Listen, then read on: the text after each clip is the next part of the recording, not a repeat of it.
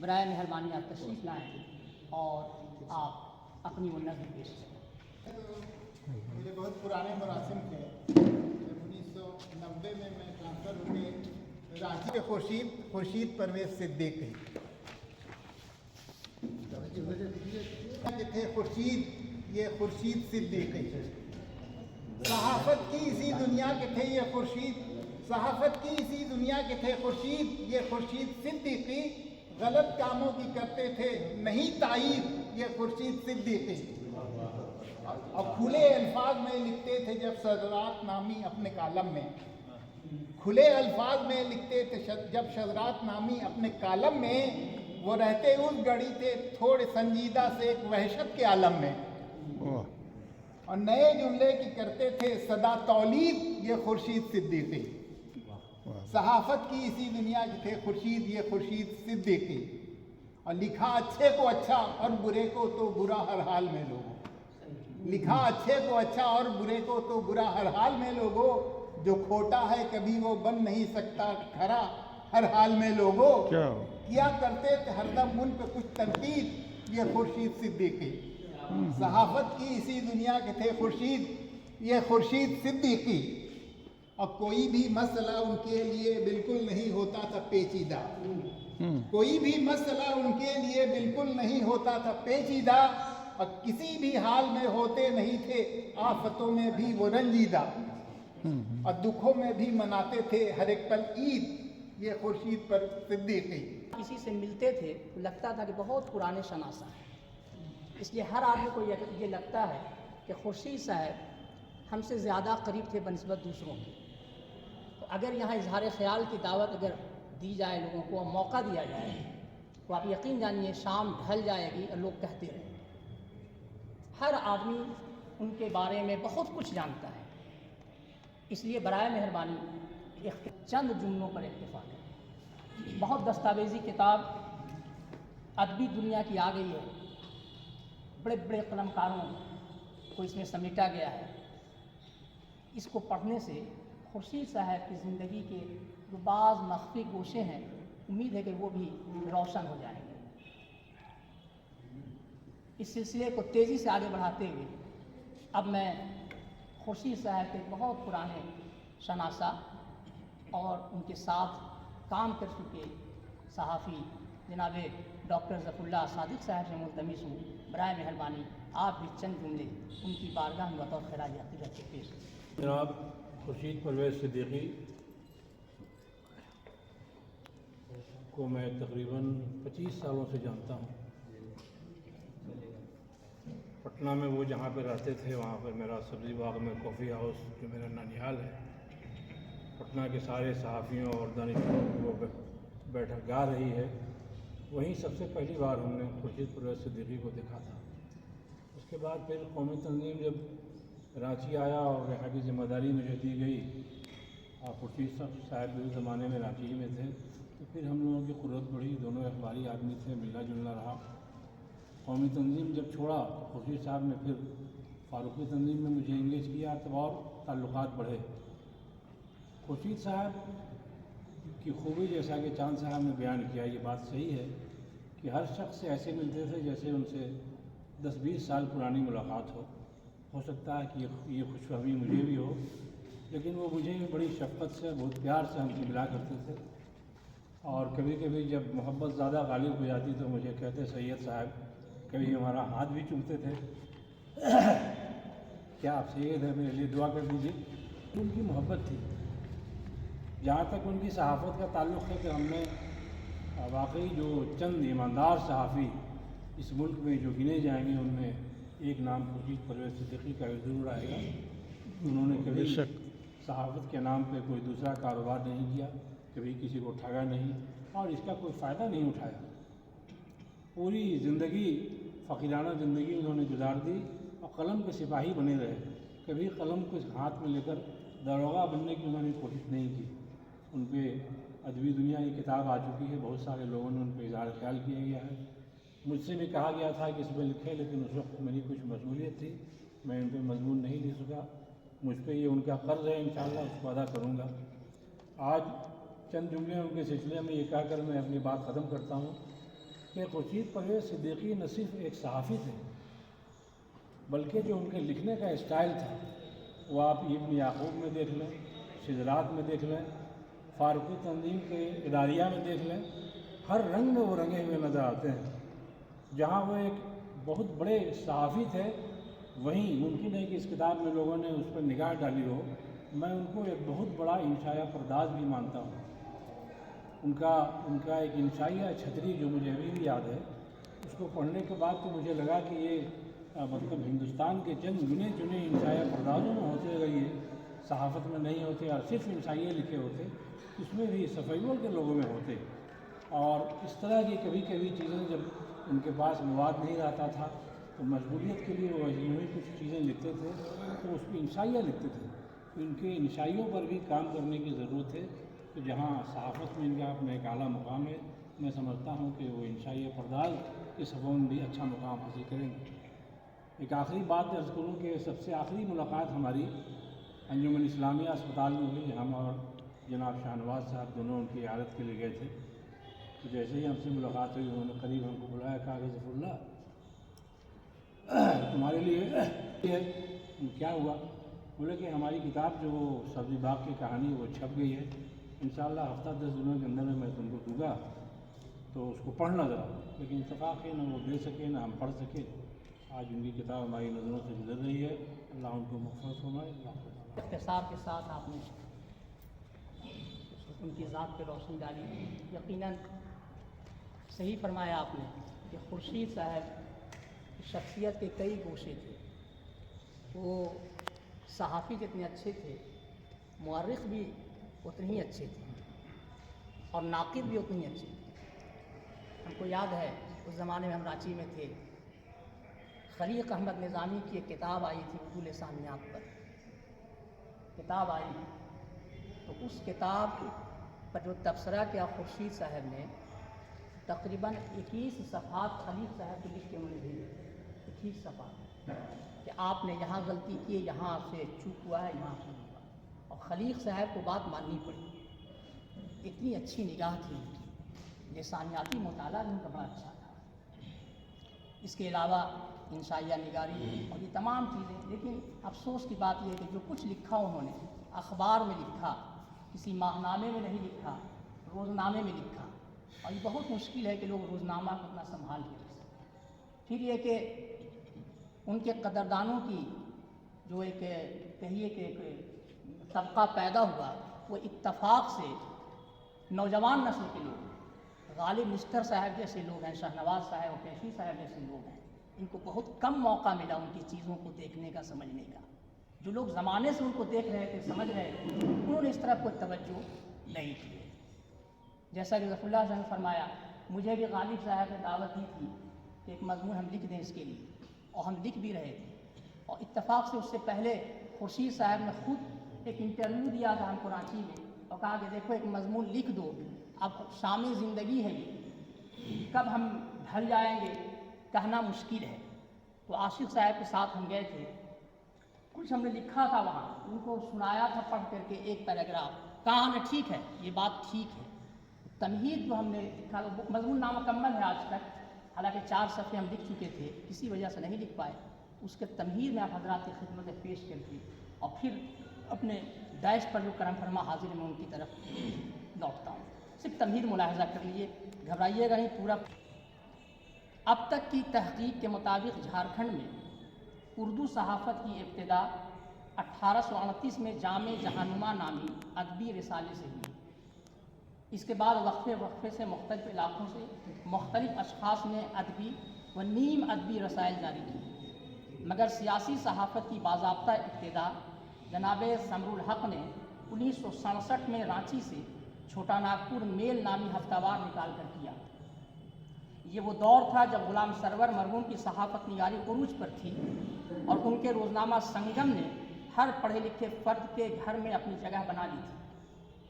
سرور صاحب کا کمال یہ تھا کہ انہوں نے جہاں مسلم مسائل پر کھل کر اور نہایت بے باکی کے ساتھ اظہار خیال کیا، وہیں اپنی علمیت و قابلیت اور حافظے کا بھرپور استعمال کرتے ہوئے تاریخی و سماجی نیز مذہبی پہلوؤں پر بھی خوب خامہ فرسائی کی، اور صحافت کا رشتہ تحقیق و تنقید سے جوڑ کر اپنی تحریروں میں ادبیت و جاذبیت پیدا کی۔ یہی وجہ ہے کہ سنگم نے جہاں دانشور طبقے کو متاثر کیا، وہیں کم پڑھے لکھے اردو خوانوں کے جذبات پر بھی خاصا اثر ڈالا۔ سنگم کی اس تحریک کا اثر یہ ہوا کہ بہار کی اردو صحافت کی سمت و رفتار بدل گئی، اور بعد کے جرائد نے خود کو زندہ رکھنے کے لیے سنگم کی اسی روش کی کسی نہ کسی حد تک پیروی کی۔ اس کا نتیجہ یہ ہوا کہ اردو کی دنیا صحافت میں وہ درے نایاب پیدا ہوئے جنہوں نے نہ صرف اپنے پیشروؤں کی صالح روایت کا احیاء کیا، بلکہ بعد والوں کے لیے بھی ایک ایسا خط مستقیم کھینچ دیا جس پر چل کر انہوں نے نہ صرف اردو صحافت کے وقار کو دوبالا کیا، بلکہ خود کو بھی تاریخ کا ایک روشن حصہ بنا لیا۔ سنگم کی اسی تحریک کی پیداوار جناب خورشید پرویز صدیقی بھی اس وقت بقید حیات اس لیے ہیں اس میں آگے، جنہوں نے سنگم کے لیے ہی سب سے پہلے اپنے خامہ زرنگار کو حرکت دی۔ 1962 میں انہوں نے اس وقت سنگم سے اپنا رشتہ استوار کیا جب سنگم صرف ایک اخبار نہیں بلکہ ایک تحریک بن چکا تھا۔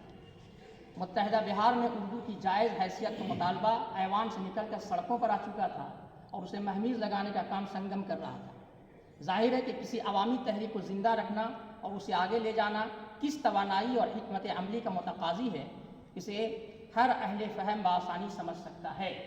مگر سنگم نے ایک ایسی ٹیم تیار کر لی تھی کہ جس نے اس آگ کو سرد ہونے نہیں دیا۔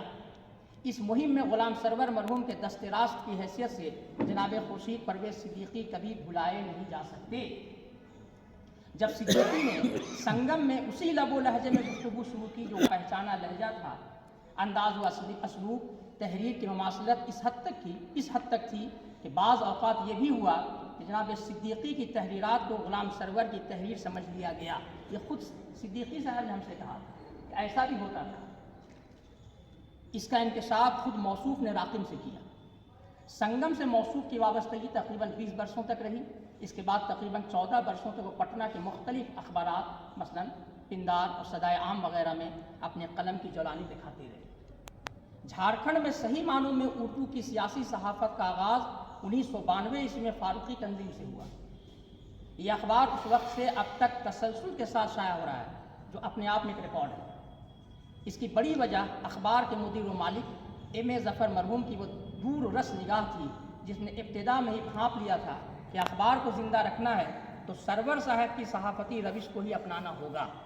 چنانچہ انہوں نے پٹنہ سے جناب خورشید پرویز کو رانچی بلوا کر ان کی خدمات حاصل کر لی۔ موصوف 1994 سے تاحال فاروقی تنظیم سے وابستہ ہیں، بلکہ یوں کہیں کہ فاروقی تنظیم کو باوقار زندگی بخش رہے ہیں، کیونکہ اہل علم بخوبی واقف ہیں کہ اس اخبار کو خبروں کی بجائے خورشید صاحب کے اداریوں اور ان کے مستقل کالم شذرات کی وجہ سے زیادہ پسند کیا جاتا ہے۔ خورشید صاحب نے اپنے قلم سے وہی کام لیا جو ایک مرد مجاہد میدان کارزار میں تلوار سے لیتا ہے۔ بس آخری بات عرض کر کے اپنی بات ختم کریں۔ یوں تو ہر دور میں ان کے جرأت مندانہ اظہار خیال نے اہل حق و انصاف کو اپنی طرف متوجہ کیا اور مظلوموں کے لیے صدائے انصاف بلند کی، مگر 2014 کے بعد اس کی اہمیت اس لیے مزید دوبالا ہو گئی کہ اس دور میں جب ملک میں غیر معلن دستور زبابندی نافذ ہوئی تو اچھوں نے اپنا قبلہ بدل لیا اور ارباب اقتدار کی آنکھوں میں آنکھیں ڈال کر بات کرنے کے بجائے یا تو خاموش رہنے میں عافیت محسوس کی یا پھر اقتدار کی جوتیاں سیدھی کرنے لگی۔ مگر تقریباً 80 سالہ اس ضعیف العمر نے اقبال کے جوان صالح کے تصور کو زندہ کر دیا اور ہزار بندشوں کے باوجود انہوں نے پرانی ڈگر پر قائم رہ کر نہ صرف صحافت کی آبرو بچا لی بلکہ مظلوم قوم کی آواز کو بھی زندہ رکھا، خواہ وہ بابری مسجد کا قضیہ ہو یا طلاق ثلاثہ، یکساں سول کوڈ کا مسئلہ ہو یا گجرات کے مظلومین کا درد، منی پور میں انسانیت کا قتل ہو یا فلسطین میں جاری نسل کشی۔ ہر موقع پر انہوں نے بغیر کسی لومۃ العین کی پرواہ کیے کھل کر احقاق حق اور ابطال باطل کا فریضہ سر انجام دیا۔ اس کے بہت جلد انشاءاللہ منظر عام پر آئے گی۔ کتاب کی کمپوزنگ ہو چکی ہے، پریس کے حوالے کرنا باقی ہے اور وہ ہے مونا آزاد کے سلسلے میں انہوں نے لکھا ہے۔ یہاں پر میں اس کا ذکر نہیں کرنا چاہوں گا اس لیے کہ ممکن ہے کہ اس سے وہ کسی کی آزردگی کا باعث بھی بن سکتا ہے، اس لیے بے محل ہوگا۔ مگر اتنی بات تو طے ہے کہ خورشید صاحب نے مناظات کو پڑھنے کا ایک نیا نظریہ پیش کیا ہے، اس سے آپ انکار نہیں کر سکتے۔ جتنے دنوں تک قسط وار وہ چھپتا رہا، ایک آواز کہیں سے نہیں اٹھی تردید۔ اگر اس کے اندر کوئی بات ایسی ہوتی تردید کے لائق، تو یقین جانیے اتنا بڑا ملک ہندوستان ہے اور نیٹ پر کہاں کہاں پڑھا جا رہا تھا، وہ کوئی تو ضرور کہتا کہ آپ صاحب راہ بھٹک گئے ہیں، لیکن کہیں سے بھی ایک آواز، خفیف سی بھی آواز نہیں اٹھی۔ یہ کتاب کی ثقافت پر کی دلیل ہے۔ اپنی تو آواز تیزی سے اپنے دوسرے مقرر کی طرف رجوع کرنا چاہوں گا، اور رانچی سے تشریف فرما ہمارے بھائی محترم کفیل احمد کیفی صاحب سے ملتمس ہیں، برائے مہربانی آپ بھی چند جملے جناب خورشید صاحب کی بارگاہ میں پیش کریں۔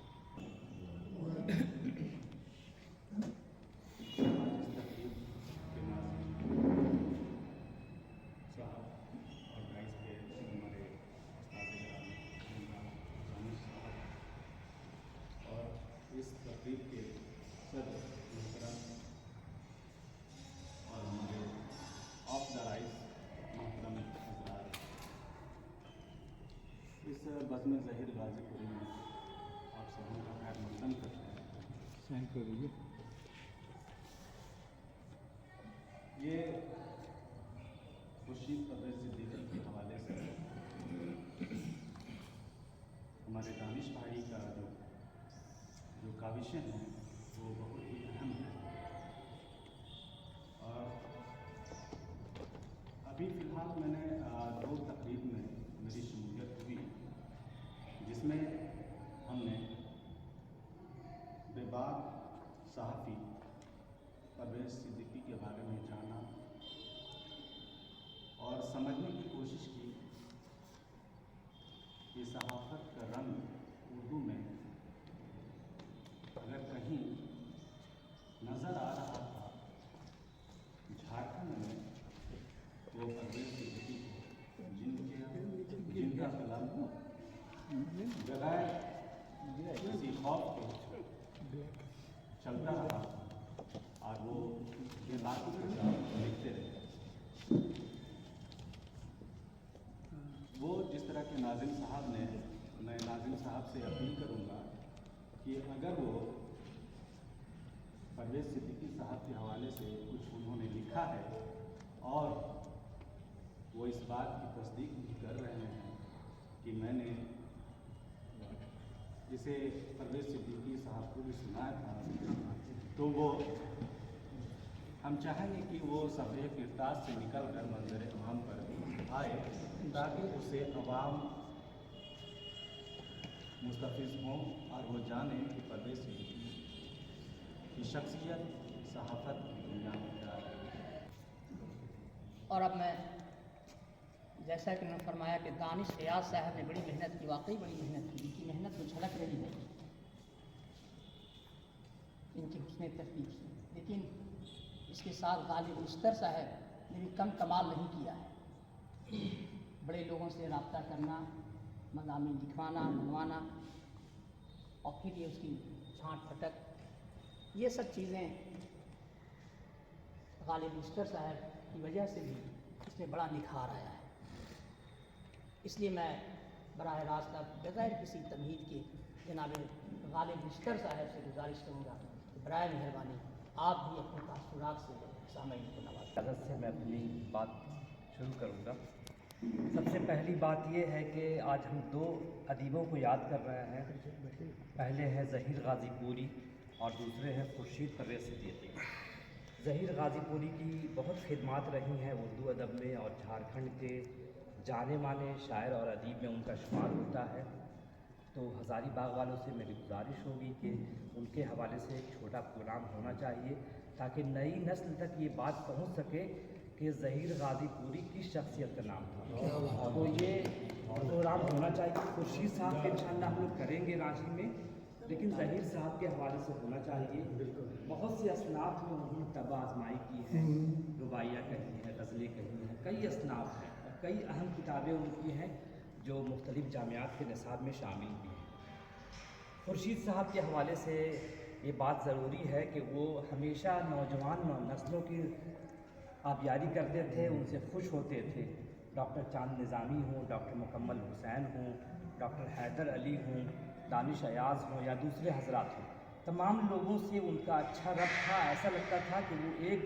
لنگوٹیا یار کی طرح ہے. اپنے تمام طرح کی باتیں وہ ان سے شیئر کرتے تھے اور ادب کے حوالے سے تبادلہ خیال بھی کرتے تھے. جیسا کہ چاند صاحب نے بتایا کہ وہ ایک کتاب وہ ترتیب دے رہے ہیں، بلکہ کمپوزنگ ہو گئی ہے. تو آپ کو ایک بات بتا دوں کہ آدیواسی تہذیب کے حوالے سے انہوں نے جو مضامین لکھے تھے وہ ذمہ داری انہوں نے ڈاکٹر مکمل حسین کو دی ہے، اور وہ کتاب بھی انشاءاللہ بہت جلد آنے والی ہے. تو 2 کتاب پہلے ہو گئی. پہلی کتاب تھی ان کی بعد از خدا بزرگ تو یہ قصہ مختصر، دوسری کتاب ہے سبزی باغ کی کہانی میری زبانی، تیسری کتاب وہ مولانا آزاد کے حوالے سے ہے، اور چوتھی کتاب ان پر انہوں نے جو آدیواسی تہذیب کے حوالے سے کتابیں لکھی، وہ مضامین لکھے ہیں، وہ کتاب انشاءاللہ کئی کتابیں ان کی پروسیس میں ہیں. اور خورشید صاحب زندہ دل آدمی تھے، اور اسی زندہ دلی کی وجہ سے انہوں نے دوست سے زیادہ دشمن بنائے. بہت ساری مثالیں ہیں شہر میں کیا کیا نہیں ہوا ان کے ساتھ، اسی لیے وہ شہر سے کوسوں دور مدن پور کے علاقے میں ایک کٹیا میں وہ آباد ہوئے، اور آج سے 20-25 کی باتیں یہاں ہوئی وہ آپ لوگوں کی تربیت پہ آپ نے بات محسوس نہیں کیا ہوگا، بور نہیں ہوگا، سب لوگوں نے اختصار سے آپ کو. لیکن اب جن لوگوں کو میں دعوت سخن دینے جا رہا ہوں ان کے لیے کسی طرح کی قید لگانا ہمارے لیے مناسب. آپ حضرات کے سامنے تشریف لا رہے ہیں. سب سے پہلے میں اپنے برادر مکرم، برادر محترم ڈاکٹر حسین دانش صاحب صدر شعبہ بھاوے یونیورسٹی سے ملتمس ہوں، برائے مہربانی آپ بھی اپنے تاثرات سے ہم لوگوں کو محسوس. آج کی اس مخصوص ادبی کے صدر برادر مکرم شاہ نواز احمد خان صاحب، سید عبید اللہ ہاشمی صاحب، غالب نشتر صاحب، ہمارے بہت ہی عزیز کفیل احمد قیسی صاحب، پروگرام کے کنوینر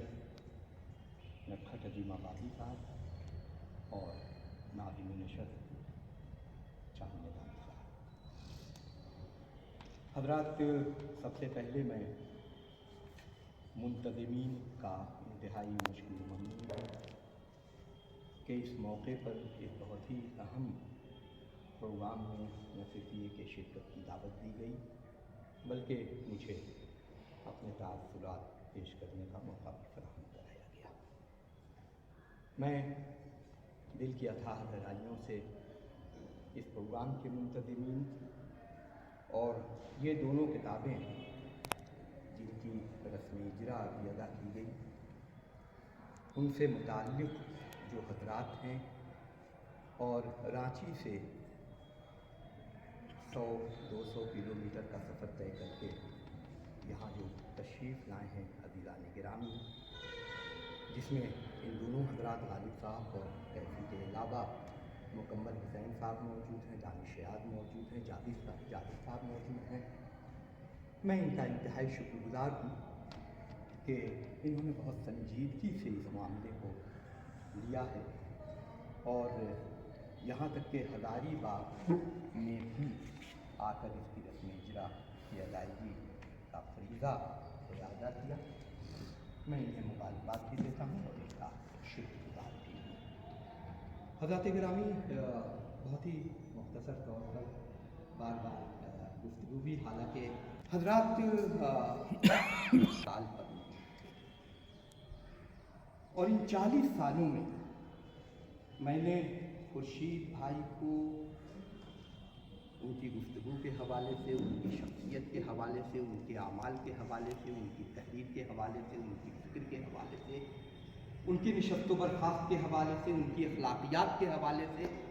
مختلف زاویے سے دیکھا ہے اور سمجھا ہے. یہ کہنا شاید نامناسب نہیں ہوگا کہ کم از کم جھارکھنڈ میں وہ اردو صحافت کی آبرو کل بھی تھے اور آج جبکہ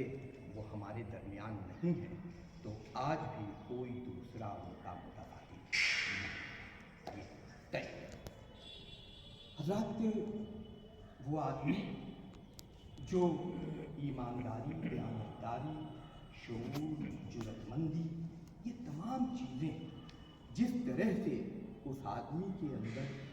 پھوٹ پھوٹ کر بھری ہوئی تھی، وہ ہر کس و ناقص کے بس کی بات بالکل ہی نہیں ہے، یہ ممکن ہے۔ صحافت نے انہیں آبرو عطا نہیں کی، بلکہ خورشید پرویز صدیقی نے جھارکھنڈ میں اردو صحافت کو آبرو عطا کر دی، وقار عطا کر دیا۔ وہ آج کا یہ عہد جہاں صحافت کا مطلب وظیفہ خاری ہوتا ہے، وہ شخصیتیں جو کسی صحافی نما فرد کو پیسے دیتی ہیں، ناشتہ کراتی ہیں اور ان کی سہولیات کا خیال رکھتی ہیں، وہ بڑی شخصیتیں ہوتی ہیں۔ ویسے میں خورشید پرویز صدیقی نے تمام چیزوں سے اپنے آپ کو مستثنی رکھا۔ حضرات، میں نے عرض کیا ہے کہ بہت مختصر سی گفتگو، دنیا کا یہ شمارہ یہاں پہ موجود ہے، اور حسب روایت گزشتہ جتنے دنوں سے میری اس رسالے سے واقفیت ہوئی ہے، میں نے دیکھا ہے کہ بڑے کارہائے نمایاں انجام دیے ہیں، اور خصوصی گوشوں کے حوالے سے تو گویا ایک نیا منظرنامہ اس رسالے میں دیا ہے، جس میں ظاہر ہے کہ تمام اراکین کی خدمات جو ہیں وہ ہیں، اور خورشید پرویز صدیقی پر بھی یہ بہت ہی اہم شمارہ ان کو سمجھنے کے لیے پیش کیا گیا ہے، جس سے ایک بالکل یہ تو نہیں کہا جا سکتا کہ مکمل خورشید پرویز صدیقی، لیکن ان کی ذات سے متعلق، ان کی شخصیت سے متعلق زیادہ تر جہات کا احاطہ اس سے ہو جاتا ہے۔ اور یہ دوسری کتاب جس کی رسمی اجرا ہوئی، سبزی باغ کی کہانی میری زبانی۔ حضرات،